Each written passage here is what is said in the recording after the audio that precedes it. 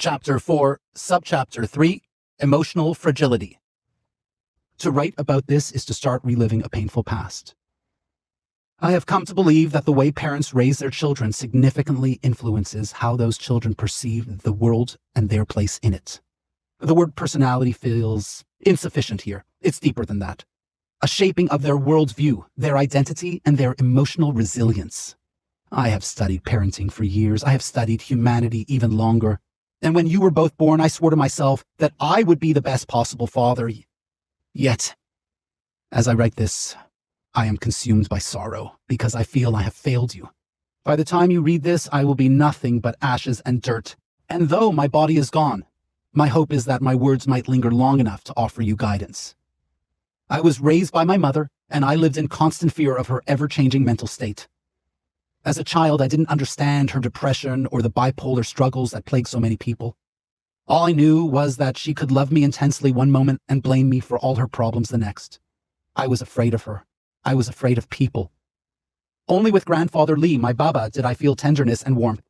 But the scars left by my mother ran deep and my emotional state was fragile. It didn't help that I was the only Caucasian child living at an all-Chinese compound. I didn't fit in. I didn't mix well with the other children. I wasn't cute. I was tall and fat for my age, and once puberty set in, I developed terrible acne.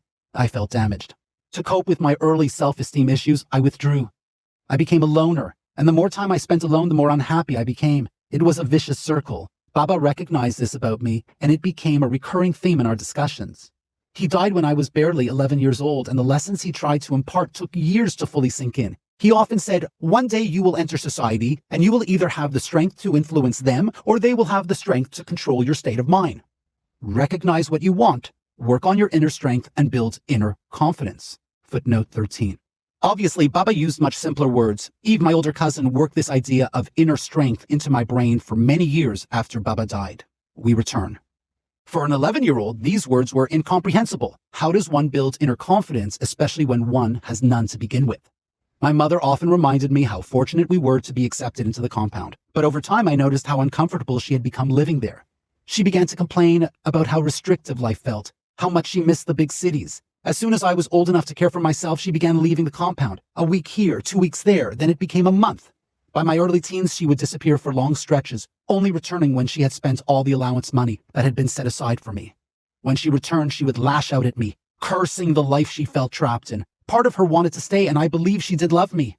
But she disliked the compound and resented the Chinese people who lived there. She saw them as the root of her predicament, and eventually she began drinking heavily.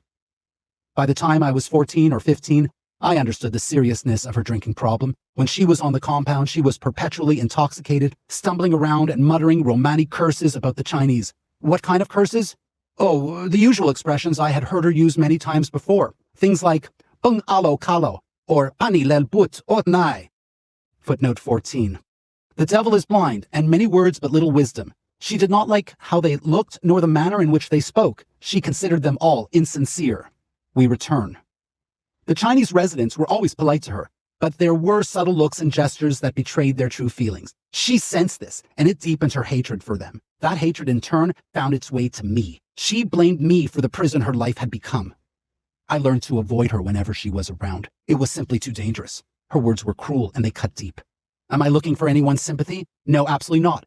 It is what it is. My upbringing is a common theme with children all over the world. As I matured and understood more about life, I knew that I could do so much better.